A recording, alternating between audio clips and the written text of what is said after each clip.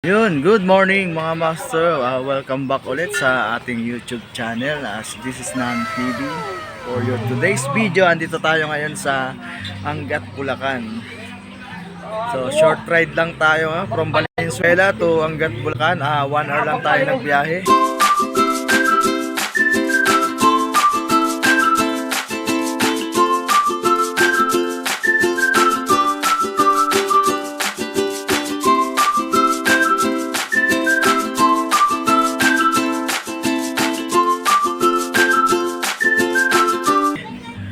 Kunti lang tayo ngayon, nasa tatlong motor lang tayo ngayon, bali 5 katao lang kami lahat ngayon. So, yung iba kasi namin mga kasama panggabi, then yung iba may pasok ngayong araw, kaya hindi nakasama. So okay lang naman. So, andito tayo ngayon sa Angat Bridge, Angat River.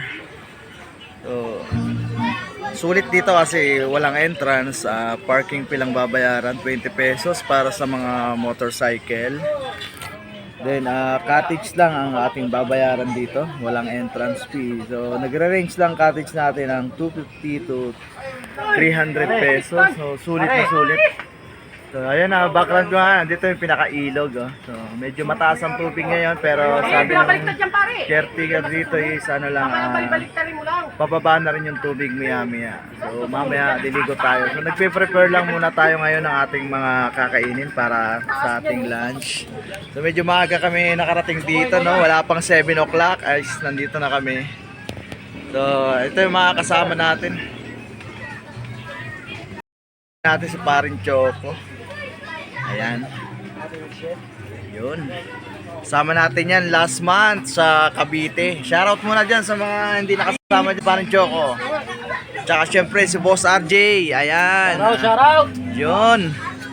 Yan, si Paring Dennis. Kasama natin ngayon. Dati nagbabike lang kami yan. Ngayon, angkas lang natin. So, ayun din yung aking anak. So 5 katao lang kami. Medyo konti pa lang ang tao ngayon. Masyado pang maaga, no? Okay naman, maraming cottage din. Ayan nga. Ayan, ang ganda ng tubig, ang linaw. So, kukunti pa yung mga tao. Pero marami nang nagdadatingan. So, mamaya papalipot tayo ng ating drone. A few moments later.